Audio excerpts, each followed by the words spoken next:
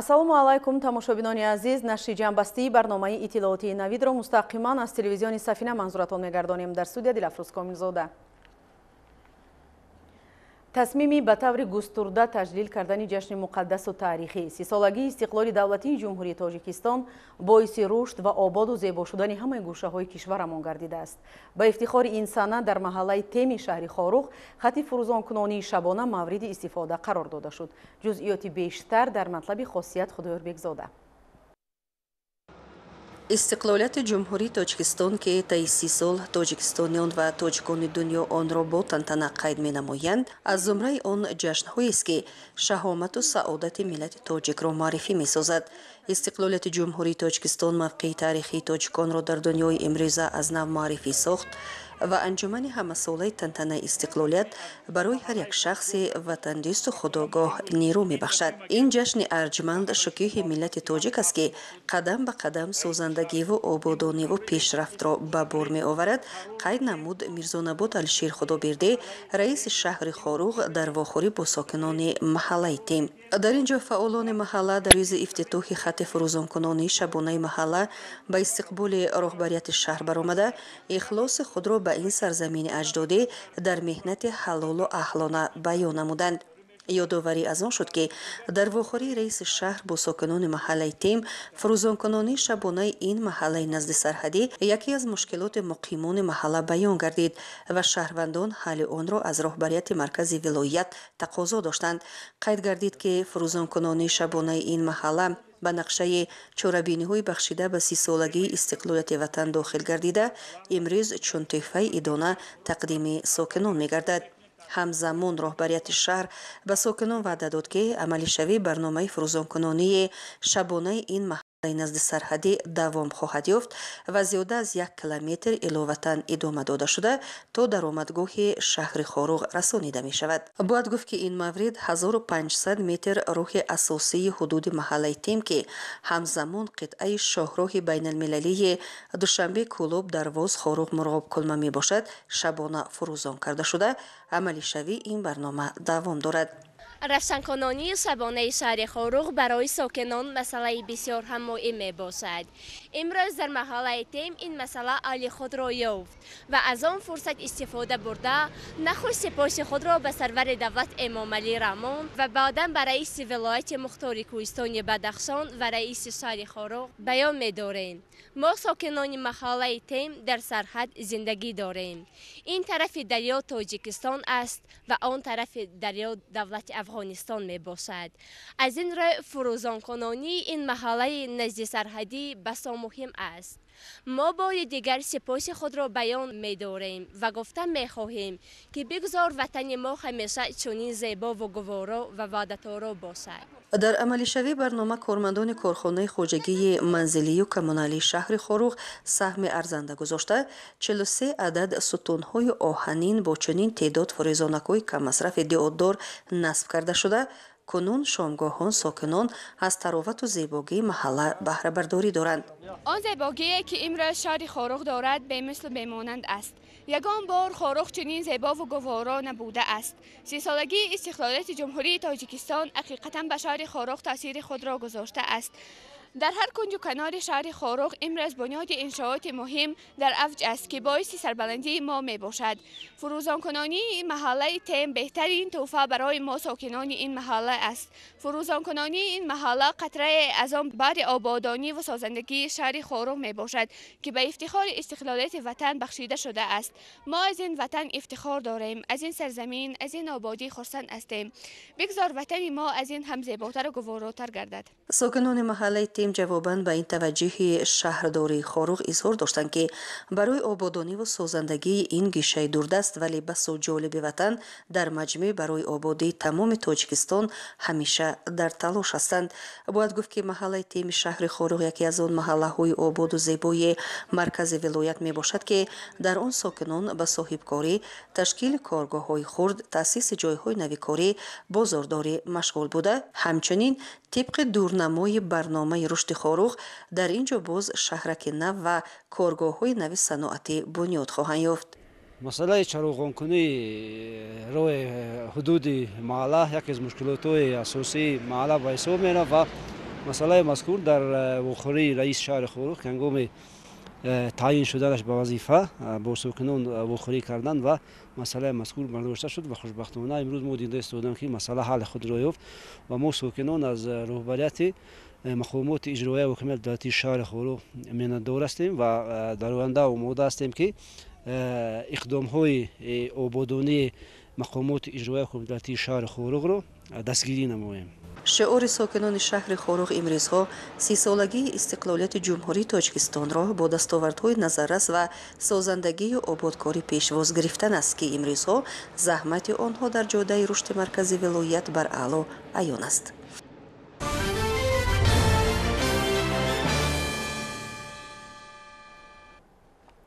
معارفچیان شهر باختر تصمیم گرفتند که قبل از شروع تعلیم و تدریس نخست از تشخیص طبی گذشته بر ضد بیماری کووید 19 واکسن گیرند.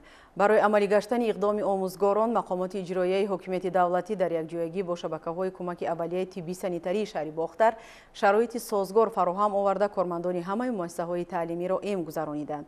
شرح بیشتری موضوع در تهیه همکاران ما از مرکز مأموری ولایت ختلان شهر باختر. آموزگاران مؤسسه‌های تعلیمی و مربیان مؤسسه‌های تا مکتبی شهر باختر به خاطر حفظ صحت خود و طالب علمان از بیماری‌های سرایتی به خصوص بیماری همگیر کووید 19 با تشبث مقامات اجرایی محلی حکومت دولتی و شبکه‌های کمک اولیه طبی و سانیتری دست جمعانه در معرکه امگذرانی از خود مسئولیتی بلند نشان دادند. امگذرانی خوشبختانه در روزهای اخیر در شهر باختر یک جریان تازه را کسب نموده است. این وابسته به آن است که در روزهای اول مردم باوری نداشتند و به هر گونه خبرهایی که در اینترنت و دیگر سامانه‌های اجتماعی که می‌برآمد اوید آن که شخصی که واکسن نگیرد با دیگر بیماری‌ها گرفتار می‌شود برای همین خودداری می‌کردند. خوشبختانه امروز مردم فهمیدند که این همه اوضاع اساس ندارد و شخصانی که امگذرانی می‌گذرانند حتما از بیماری امین میمانند. با همین امروز گروه معلمان همه قشرهای جامعه یک به یک اومده از امگذرانی گذشتند. این به فایده کار است. این برای پیشروی دولت جامعه یاردم خود را میرساند. تمام کارمندان ساحه معارف از جمله آموزگاران که شروع از 1 سپتامبر با نسل نو سر و کار دارند اختیاری از ایمونیزاسیون عمومی ضد بیماری کووید 19 امروز گذشتند و از ازدحام زیاد مردم که امروز در نزد مرکز سلامتی شهر باختر جمع شدند پیداست که این چاره‌بینی از جانب تمام کارمندان این ساحه همه جانبه دستگیری یافته است، چون که جامعه سالم البته از حیات سالم برمی آید.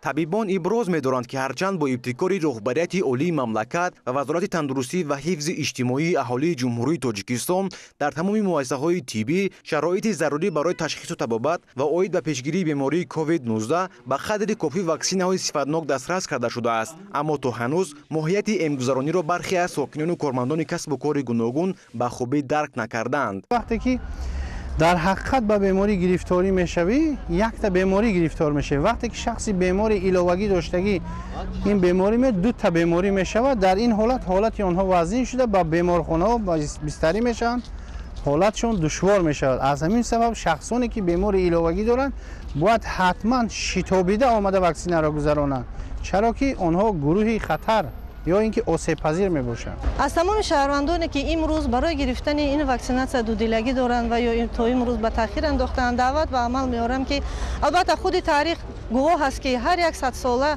که یک وبای به سر مردم به سر خلق می آمد تنها پیش راه آن با واسطه گرفتن واکسن ها گرفته شده است.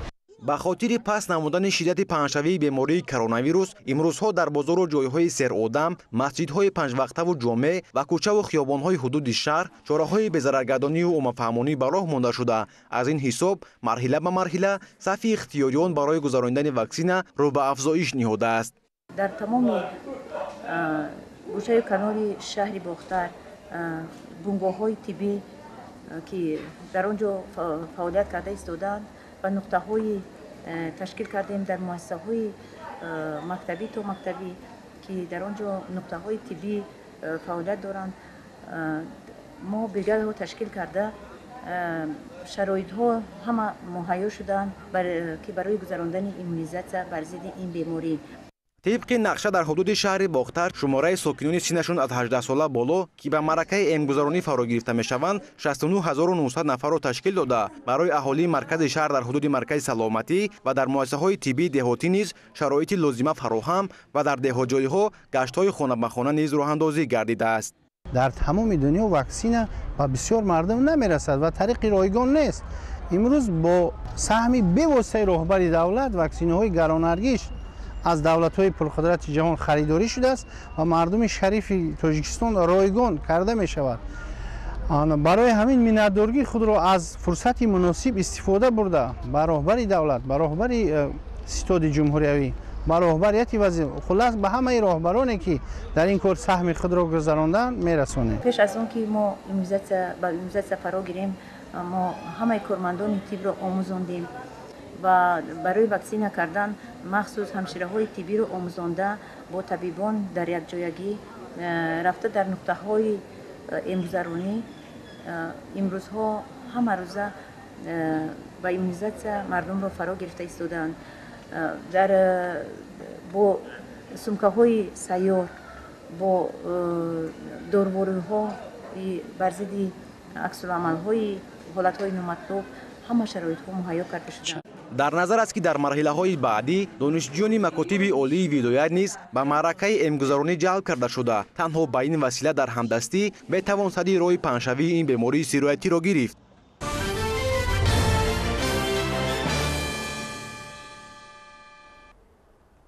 با سبب خروج بیماری کووید 19 در جمهوری تاجیکستان از هر یک ساکن مملکت قطعاً طلب کرده می شود که در جایهای جمعیتی نقاب پوشند، از موادهای بی‌ضررگردانی استفاده کرده بی ضرورت در بیرون گشت و گذار نکنند.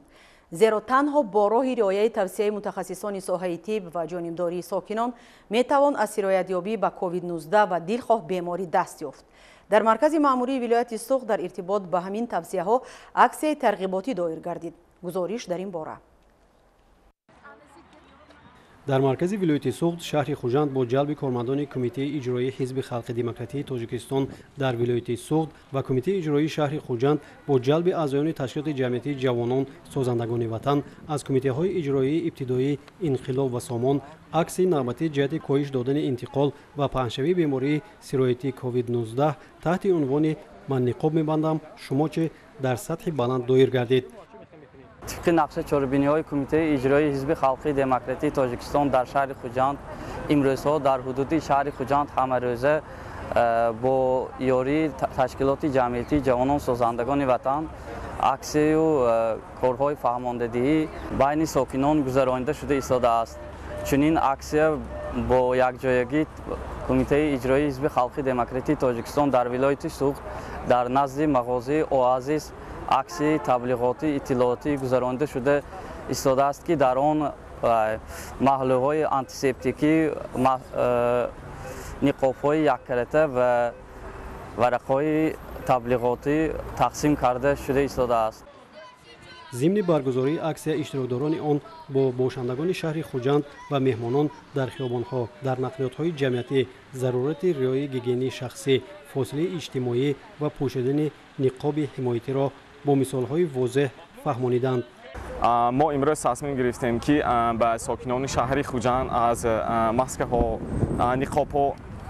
نقاب‌های یک کرته یا اینکه آنتیسپتیک‌ها یا اینکه معلومات آید چطور خود را امن نگاه داشتن از این بیماری به هر یک شهروندان تقسیم کرده برآمدیم. ما دانشجویان دانشکده اقتصاد و سودای دانشگاه دولتی تجارتی تاجیکستان در شهر خوجند یک جای شده بر ضد این بیماری حرکت مبارزه میبریم. شهروندان حرکت در آن داریم که تستر همین کسلی از شهر خوجند نه بلکه از تمام تاجیکستان جمهوری تاجیکستان ما رود اکن ما میناداری اظهار میکنیم که با کمیته حزب خلق دموکراتی در شهر خوجند و ولایت سوخت میناداری از طرف شهروندان اظهار میکنیم که رحمت به آنان که همین حالت تشکیل کرده و خلق یاردمی خود را یک کرد داده ایستادند.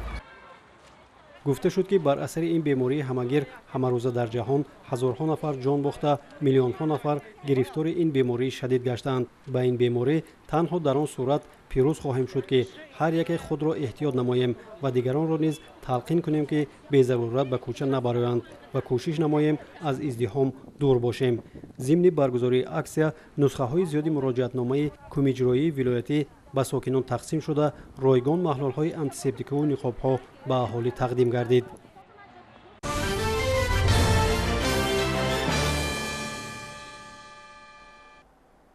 امروزها برای رشد تجارت و رونق همه گونه شکل‌های صاحبکاری و استحصال محصولات صنعتی از جانب راهبریت حکومت شرایط و امکانیت‌های مساعد فراهم گردیده است، ولی بعضی از صاحبکاران که به فعالیت استحصالی مشغولند به جز منفعت مالی خود دیگر معیار و طلبات دولت و جامعه را صرف نظر می‌کنند.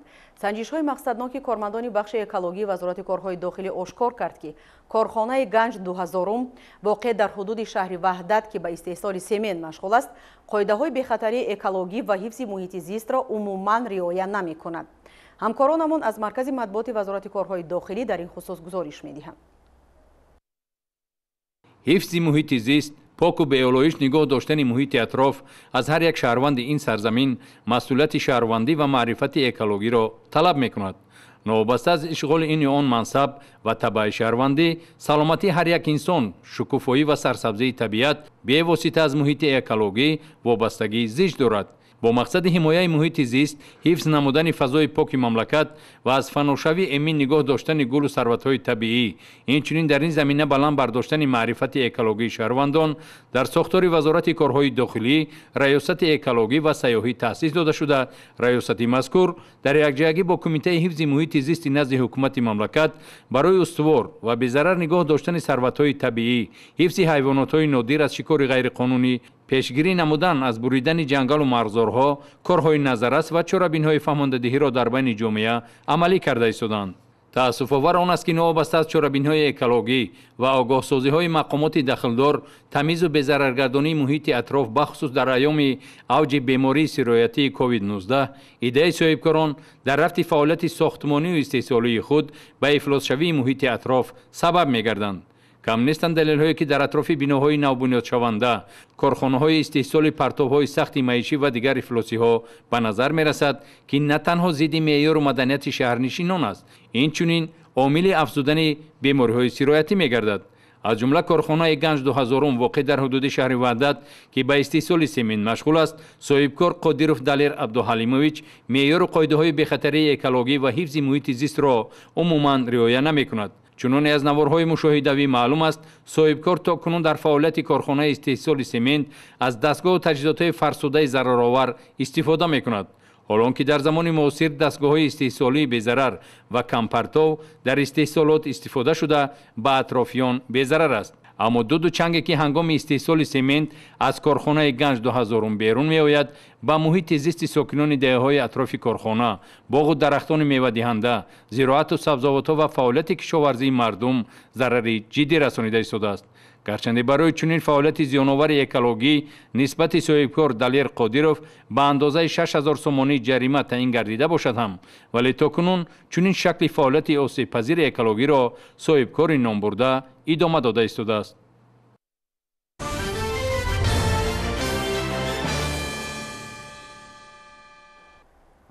وسیله اصلی تأمین امنیت عضوقواری این استفاده مقصدناک نعمت‌های طبیعی می باشد.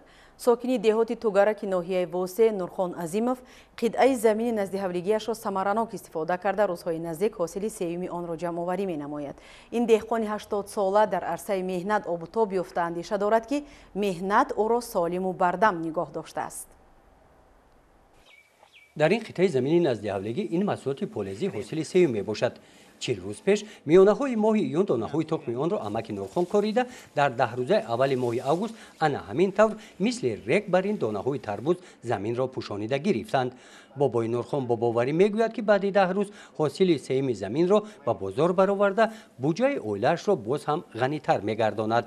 بعد گشنیچو اوکروپو بوینا پروردوها دو حاصل اینای حاصل سیم که خوزینا دیده شده این که تربی بر وقتی تربی به وقتی بوینا در قسمان زمینش тарбузи сеюм ҳосил кардесам. ду бор ҳосилҳои дигар гирифтам, ин сеюм ҳосил. қитъаи замини назди ҳавлигӣ манзили истиқомати ин марди дар арсаи меҳнат обутоб ёфта сокини деҳаи тугараки ноҳияи восе Нурхон Азимов ягон ҷои холигӣ надорад. амаки Нурхон заминро самаранок истифода намуда бо мақсади баланд бардоштани ҳосилнокии он аз усули киштгардон истифода намудааст. инҷо дар қитъаҳои алоҳида маҳсулотҳои аввалин дараҷае ки аҳолӣ ба он ниёз доранд мисли ин сабзавоту кабудиҳо аз лиҳози экологӣ тоза кишт карда шуда бо истифодаи порӯи маҳаллӣ парвариш ёфтанд. мувофиқи ами табиат вақте ки чанд қадар муҳит тағйир ёфт бояд мо ҳамон қадар ба заҳру ба нурҳои минералию ғайри минералӣ бояд истифода барему маҳсулотҳомона сервисо карда ҳосили нағз ба даст биёрем. дар ин қитъаи замин маҳсулоти сабзавотӣ кишти сеюми замин 3 рӯз пеш корида шудааст. ҳосили сабзавоти ин қитъаи замин бошад рӯзҳои наздик ба бозор бароварда мешавад. қитъаи замини назди ҳавлигӣ Нурхон Азимов он қадар калон набошад ҳам бо истифодаи оқилонаи он инҷо 3 нафарро ба ҷои кори доимӣ таъмин намудааст. амаки Нурхон 80 сола аст. дар ин сину сол солиму бардам аст. ӯ андеша дорад ки солимӣ ва бардамии ӯ натиҷаи меҳнат дар замин аст. гузориши хоҷа Назриев, Худойназар Зуҳуров аз ноҳияи Восе барои барномаи иттилоотии Навид.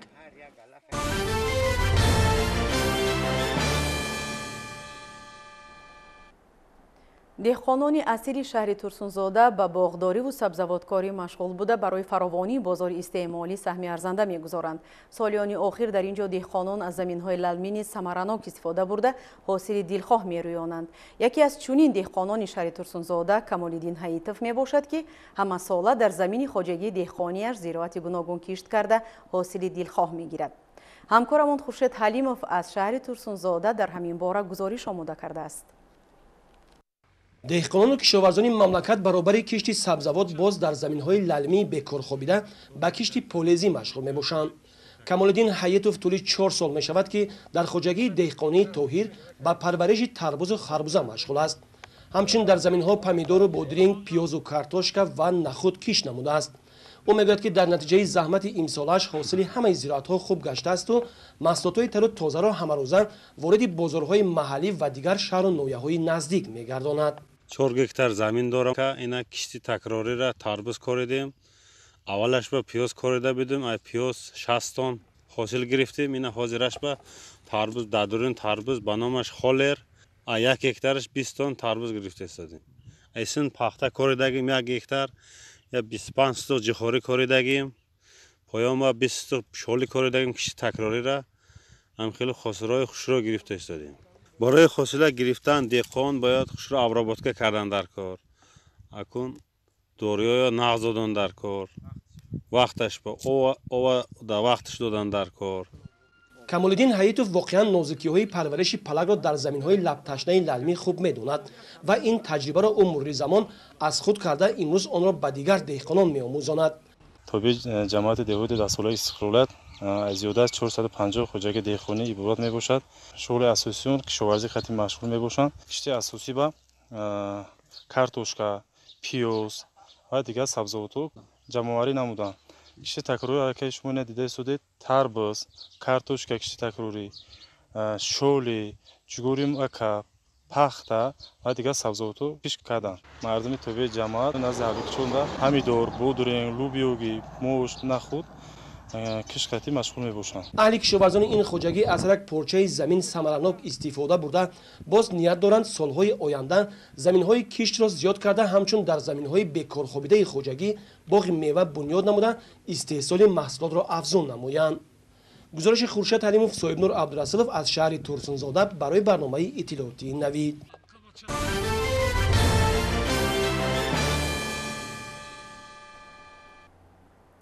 аз 11 то 14 августи соли равон дар маркази миллии тестӣ аз навбақайдгирии довталабон барои тақсимоти такрорӣ сурат мегирад.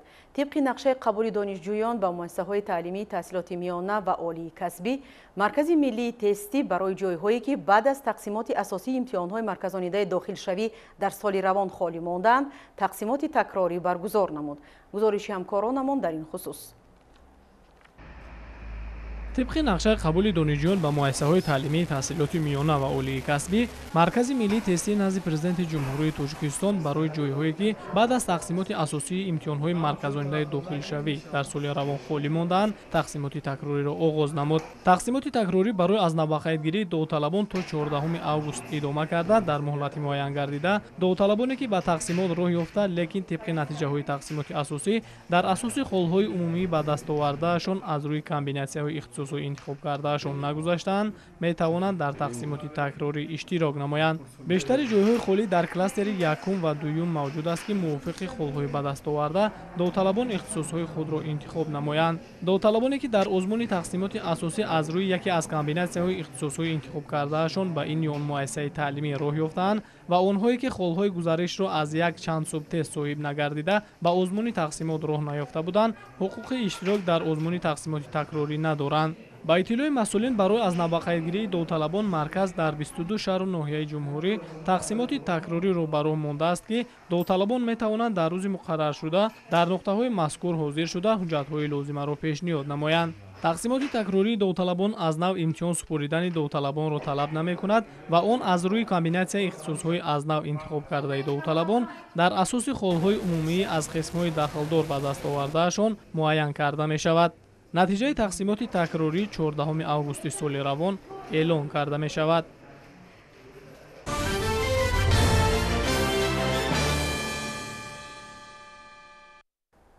در ناحیه مومن‌آباد به دور ناحیوی آزمون جمهوریوی فروغ صبح دانای کتاب است. بیش از 70 نفر در نامیناسی‌های گوناگون را خط گرفتند و برای غالب گردیدن سعی می‌نمایند. امسال شماره داوطلبان از حساب کلانسالان 4 برابر افزایش یافته است که از محبوبیت کسب کردن آزمون مذکور در بین طبقه‌های گوناگون اهالی شهادت می‌دهد.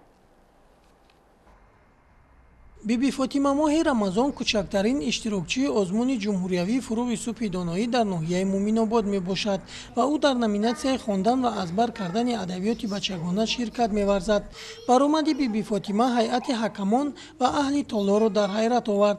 این نورسی گرم چهره به آزمون آمادگی جدی دیده است و الکی بیش از 2000 مصرع شعر ازبر کرده است و اثرهای زیاد را مطالعه نموده است. من میندای خودم را به پیشوای ملت محترم امام علی رحمان میرسانم که چنین آزمون را برای ما یعنی کودکان تشکیل کرده است. من زیاده از 100 غزل، 100 رباعی و 100 افسانه، 100 کتاب 2078 مصرع شعر ازبر نموده‌ام. باوری دارم که در این آزمون رالی می‌آیم.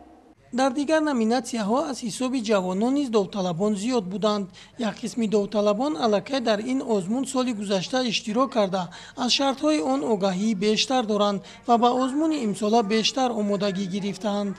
من اشتراکچی در آزمون جمهوریوی فروغ صبح دانایی کتاب است. در نامیناسیای دوم خواندن و زیاد کردن آثار ادیبان معاصر تاجیک در سال گذشته بودم و اینچنین تا دور جمهوریوی آزمون جمهوریوی فروغ صبح دانایی کتاب است را خط پیدا کرده در دور جمهوریوی سزاوار جای افتخاری گردیدم و امسال باز هم سعی و تلاش جدی‌تر کرده و در طول یک سال گذشته من اثرهای نوی را مطالعه کرده و باز امسال باوری دارم که در آزمون تا دور جمهوریوی رفته غالب آزمون می‌گردم. سال گذشته در ناحیه مومن‌آباد در این آزمون همگی 5 نفر کلانسالان شرکت ورزیده بودند و امسال 18 نفر کلانسالان در نامیناسی‌های گوناگون آزمون به دور ناحیوی را خط گرفتند. در ناحیه ساکنان به کتابخانه‌ها روایی زیاد دارند و همیشه اثرهای تازه نشر را مطالعه می‌نمایند میگویند مدیران کتابخانه‌ها. آزمون جمهوریوی فروغ صبح دانایی باشد شماره کتابخانه‌ها را خیلی زیاد کرده است. سپاسگزارم از جناب عالی برای براهاندازی چنین یک چاره‌بینی مهم فرهنگی. آزمون فروغ صبح دانایی کتاب است. واقعا آزمونی که در خورد زمان است. آزمون است که در ناامیدی‌ها امید آورد. دل‌های مرده را از نو زنده کرد. شب تاریک را چون روز و روز روشن را باز هم روشن‌تر کرد. من از خودسالی از سن 8 سالگیم به ادبیات بدیعی روی آوردم. خیلی زیاد کتاب خواندم و به ادبیات کلاسیک زیادتر میل و رغبت داشتم و خواستم که در نامیناسیای ادبیات کلاسیک در همین آزمون اشتراک نمایم. من با پیشنهاد زیاده 110 غزل، 200 رباعی، پارچه های داستانی، ادبیات‌های منصور کلاسیک با پیشنهادی 3500 مصرع شعر در آزمون اشتراک دارم. با اطلاع رئیس حکمان در این آزمون به دور ناحیوی بیش از 70 نفر داوطلبان راحت گرفتند و دوام 2 روز بهترین ها معین و به دور نوبتی راحت خواهند گرفت. شیرین جان سفرزاده سیفالدین اسماعیلوف از ناحیه مومین آباد برای برنامه نوید.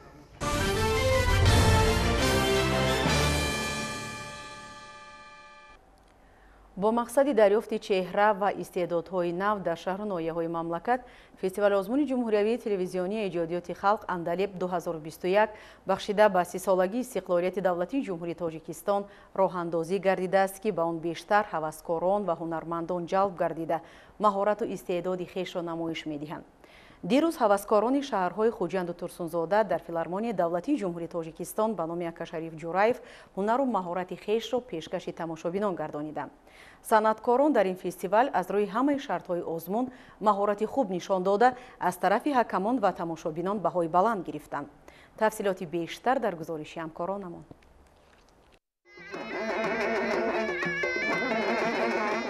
даври ниҳоии фестивал озмуни ҷумҳуравии телевизионии эҷодиёти халқ андалеб 2021 дар шаҳри душанбе идома дорад. ҳамарӯза ҳунармандони шаҳру навоии кишвар дар ин озмуни фарҳангӣ бо дастоварду комёбиҳои назарраси худ иштирок намуда миёни ҳам сабқат менамоянд. дар рӯзи ҳаштуми ин озмун ки миёни ҳунармандони шаҳри хуҷанди вилояти суғд ва аҳли фарҳанги шаҳри турсунзода баргузор гардид, ҳунармандони ҳарду даста бо баргузории барномаи фарҳангӣ иборат аз намоиши ҳунарҳои мардумии бозори ҳунар ки яке аз номинатсияҳои аввали ин озмун ба ҳисоб меравад, маҳсули ҳунарҳои минтақаи худро пешниҳоди ҳозирин намуданд. ҳайати ҳакамон ва меҳмонон тибқи низомномаи фестивал озмун нахуст аз намоиши гӯшаи ҳунарҳои мардумӣ дида намуда ба маҳсули дасти ҳунармандон баҳо доданд. имрӯз аҳли фарҳанги шаҳри турсунзода дар қатори дигар шаҳрноҳиҳо дар фестивали имрӯза иштироки фаъолона доранд ва дар ин рақобати дӯстона сабқати дӯстона бигӯем имрӯз шаҳри турсунзода бо аҳли фарҳанги шаҳри хуҷанди бостонӣ рақобат менамоянд ва имрӯз тавре ки шумо шоҳид гаштед, аҳли фарҳанги шаҳри турсунзода аз ҷумла маҳфили кандакорӣ, кулолгарӣ, рассомон, қуроқдӯзӣ, зардӯзӣ ва тамоми ҳунармандони шаҳри турсунзода омаданд ки ба маърази тамошо тамоми ҳунару маҳорат ва истеъдоди ҳунари дастии худро пешкаш карда бошанд. итминони комил дорам ки дар баргузории фестивали имрӯза мо низ дар баробари дигар шаҳрноҳиёт то ҳадди имкон метавонем ки ҳунару маҳорати волои халқи хешон нишон дода бошем. баъди боздид аз гӯшаи ҳунарҳои мардумӣ намоиши ҳунармандони аҳли ҳунару фарҳанг пешниҳоди ҳакамон гардонида шуд. дастаи ҳаваскорони шаҳри хуҷанди вилояти суғд бо дастаи ҳунармандони шаҳри турсунзода дар ин озмун бо тайёрии ҷиддӣ омада аз рӯи ҳамон 12 шаҳр намоиши ҳунарҳои мардумӣ, суруди ҳамсароён, намоиши либосҳои миллӣ бо иловаи навгониҳои имрӯза, навозиши умумӣ, суруди яка, навозиши яка, бадеҳа, дуэт, суруди анъанавӣ ва дигар номинаҳо назди ҳакамон баромад намуданд. дар маҷмӯъ барномаи ҳунарии ҳар як даста дар доираи 1 соату 30 дақиқа пешниҳод карда шуд ки аъзои ҳакамон ба ҳунару маҳорати иштирокчиён баҳогузорӣ намуданд. қобил ба зикр аст ки фестивал озмуни ҷумҳуриявии телевизионии эҷодиёти халқ андалеб 2021 барои дарёфти истеъдодҳои нави соҳаи санъат, баланд бардоштани мақоmu маҳорати касбӣ ҳамасола дар мамлакат доир гардида на танҳо дар тарбияи истеъдодҳо нақши муассир мегузорад, балки ба сарҷамию муттаҳидии мардуми сарзамин такони тоза мебахшад.